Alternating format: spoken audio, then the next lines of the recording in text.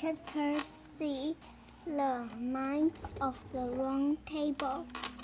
A pair of torches dimly lit the friendly entry hall of the castle. Shadow danced on the worn tapestry.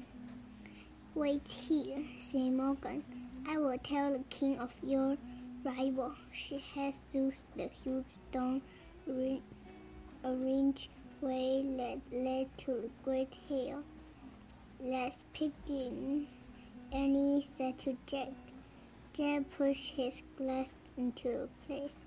He and Annie walked quietly over to the big arch and peered in. The ceiling of the great hall towered high above the stone floor. At the far off end of the room, King Arthur and his knights were sitting around a huge round table. They all wore brown suits. They had shaggy hair and beards. Their name was carved in gold letters on the back of their chair.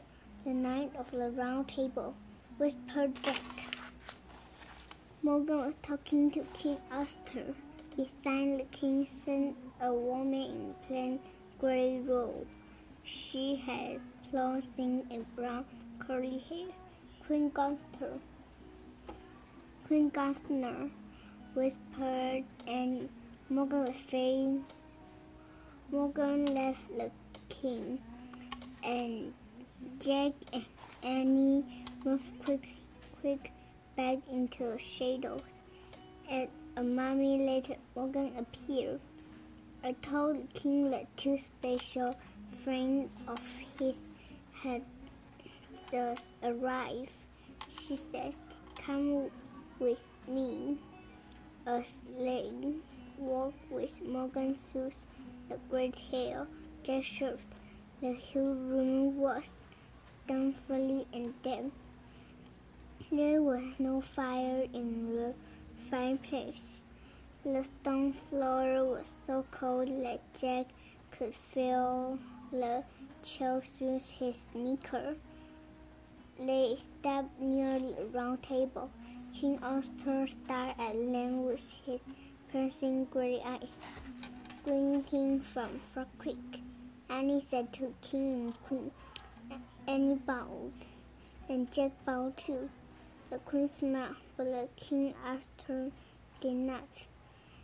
"Your Majesty, you remember Jack and Annie," said Morgan. "You met them last summer in my library." "Indeed, I shall never forget them," King Arthur said softly. "Greetings, and greeting, Annie. Greeting, Jack. How do you come to be in Camelot this big night?" "We came in the Magic House," said Annie. A shadow crossed Jack's keen face. He looked at Morgan. "No, you mistress. I did not use my magic to bring them here," she said. "Perhaps a bit of magic still lingers in the treehouse, and it travels on its own. Why it go on?" Jack wondered. "Why does King Arthur seem unhappy about my treehouse?" King Arthur looked back at Jack and Annie. "However you have come, you are welcome in my kingdom," he said. He turned to the Queen. "Gardner, these are two friends who once gave me hope and courage in time of need." Queen Gardner smiled again, but there was a sad look in her eyes. "I have heard much about you," she said. "I have heard about you too," said Annie. "Allow me to press my knight," said King Arthur. "Saxon born, Saxon king, Saxon turns me." As the king named each knight, Jack and Annie looked shyly. The knights looked at them in waiting. Jack wait to hear the name Sir Lankton. The most feminine of Camelot is nice, but King never say it. And finally, Sunburn and Sun Gongwin. King Arthur said.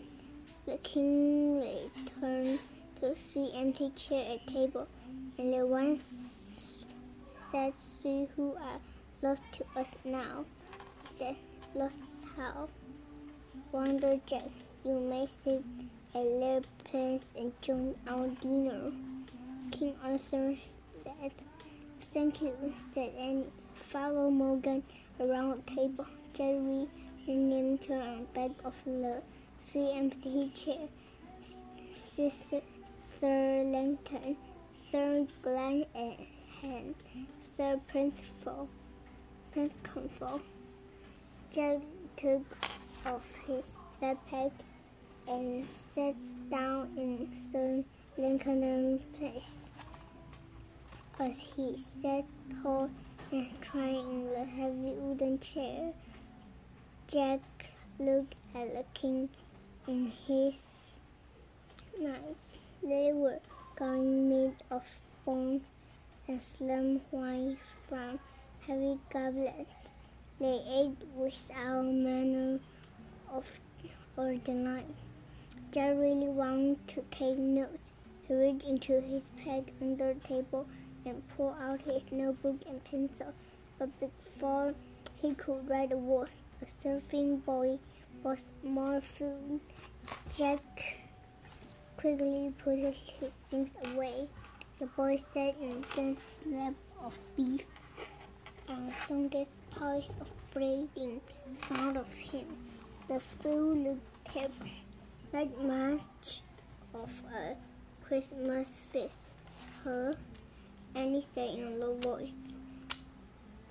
Jack shook his head and leaned close to Morgan and whispered so King Arthur wouldn't hear. What happened to the 3 lost knights? She asked.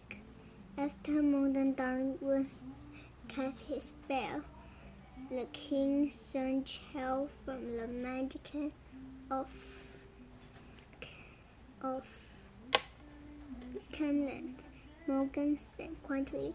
They told him he must send his knight on quest to the other world to restore our kingdom joy. What the other worlds? Said Jack. Is this an entry lands beyond the age of Earth? Said Morgan. The place where all magic first began. Well, said Annie. The king chose his 3 bravest knights to join there. Said Morgan. When they did not come back, Arthur turned against his Magdalene. He climbed magic for all of Camelot was. Hence, he had been magic of any kind from kingdom forever. But you are magic, whispered Annie. Did the king turn against you too? Arthur and I have a long friendship, said Morgan. He had allowed me to stay in the castle as long as a person not to practice the art of magic ever again. A feel of dream came over Jack. So does that mean the military houses? Morgan, yes, vanished from Camelot. She said, I'm afraid you're less junior, and last time we see each other. Her eyes filled with tears. She looked away. What? The last time we see each other forever? Said Annie. Before Morgan could answer, the wooden door soon opened with splint. A wind rushed through the great hail. A torrent and candle flame splinter, making a shadow leap winding on the wall. The sound of hoofbeats filled the room. A knight on huge horse rode through the iron doorway. Knight was dressed all in red, from his shining helmet to the long coat on his back. His horse was dressed in all green, from the emerald covered his head to clothes that hung from his saddle. Oh wow! With Annie, a Christmas night. Chapter 4. Who will go? I have one come to see Arthur the King. The Christmas night said, his deep voice echoed from inside his fair hamlet. He read emerald gleam in the firelight. King Arthur stood up.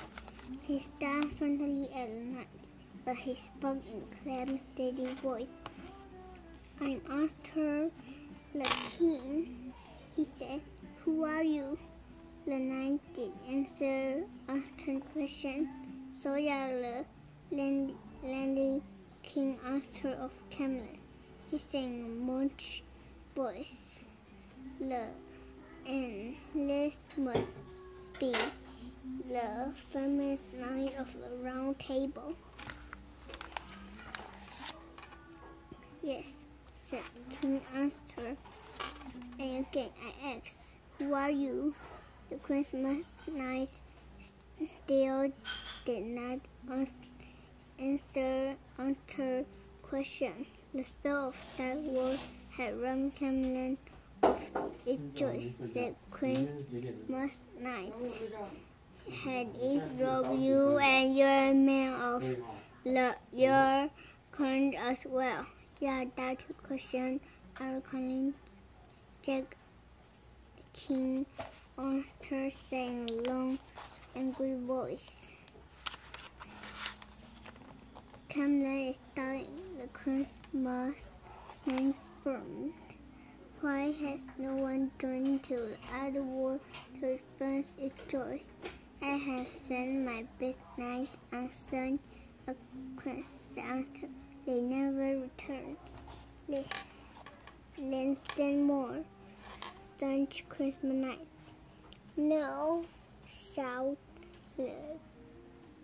King Arthur, pounding his fist on the table. Never again I'll feed good men to magic and monster of other world. Jeff felt a chill of fear. One monster, then you choose your fate, said Christmas night. If you will stand no one else to the other world, or let your kingdom change through time. Oh beauty, music, wonder, and life. All that Camelot has ever been of good will be lost and forgotten forever. No, shout Annie, said Jack. The Christmas night turned to the knights at table. Who will go? He boomed. We will, shout Annie. We will, said Jack. Yes, we'll go on quest. And Nisha, she jumped up. No, cried Morgan Le Fay. Never, said King Arthur. Annie, said Jack. He leaped up from his chair and tried to grab her. Yes, son, the Christmas night. He pointed his red gloved hand at Annie and Jack. The youngest of all, that's two, they will go. They are mocking us. King Arthur shouted. They will go, boomed the knight. His word echoed through the air. Oh no, so Jack. Yes, said Annie. She pulled Jack toward the Christmas night. Jack and King Arthur turned to his men. "Stop them!"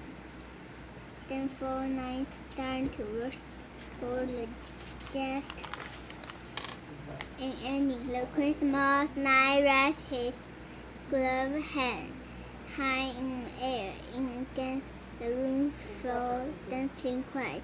Everyone around the table was as still as a stone.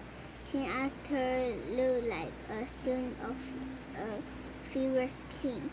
Queen Gunther looked like the student of warrior queen. The knight of the round table looked like student of first night, and Morgan Le Fay looked like a statue of the caring friend. Her mouth was open, as if she were calling out to Jack and Annie, but no sound came from her lips. No sound at all. Bye-bye.